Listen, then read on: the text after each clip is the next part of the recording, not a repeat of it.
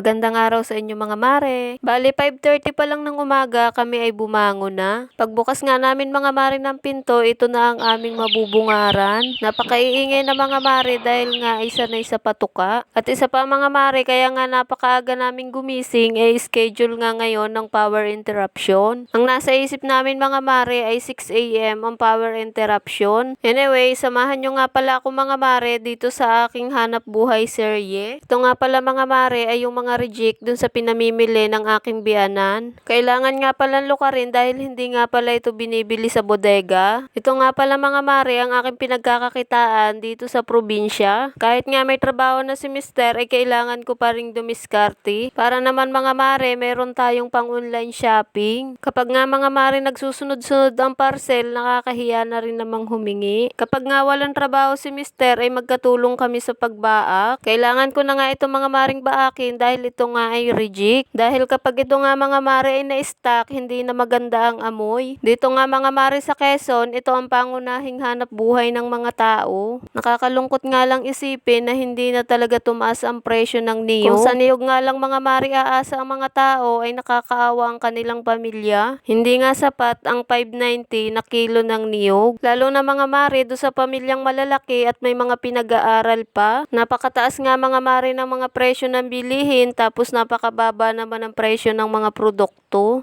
Kaya nga mga mare, ang ginagawa ng iba, pinakiklearing na ang kanilang mga nyugan. At sa mga gulay naman sila mga mare, nakikipagsapalaran. Dahil nga mga mare, kapag kilo ng nyug ang kanilang inasahan, baka magutom na lang sila. Medyo nakakalungkot lang mga mare na kung alin ang pangunahing produkto ng mga tao ay siya ang pinakamababa ang presyo. Kahit ganun pa man mga mare, wala naman tayong magagawa. Magsumikap na lang tayo sa ngayon dahil baka sa dako-dako dyan ay guminhawa rin ang ating buhay. At pagkatapos ko nga mga maring magbaak ng nyog, ito ang naging kaganapan. Tunay nga mga maring nakakawala ng pagod kapag may ganitong batang napakalambing. At habang nagkukwentuhan nga kami mga mare, bigla niyang naisip na laruin namin ang flip the bottle. Kaya naman nilagyan ko muna mga mare ng tubig yung bote. At habang naglalaro nga kami mga mare, mag-shoutout muna tayo. Shoutout dito sa isa nating kumare kay Ma'am Jenelyn Lopez. Ayan, thank you palagi sa pa-compliment. At syempre, dito rin sa laging nakasuporta sa ating mga video kay Kuya Arnel Flores. Thank you so much. Shoutout sa inyo dyan. At syempre, dito rin sa aking pinsan na laging nakasupport sa akin. Thank you so much. Shoutout sa iyo, Christian Cabral. At sa aking sister, nakahapon pang naghihintay ng shoutout, Ate Vicky. Shoutout sa inyo dyan sa General Luna, Quezon. And syempre, dito sa aking kaibigan na hindi pa rin talaga nakakalimot hanggang ngayon. Shoutout sa iyo, Ning Leon na Duabe. And syempre, shoutout din dito sa aking agent na napakagalante. Ayan, thank you so much sa suporta. Boss Ercel Castillo. Ayan, thank you so much. Maraming salamat nga pala mga mare sa inyong patuloy na suporta. Sipag at tiyaga lang mga mare, makakabangon din tayo. Thank you. See you on my next video. Bye!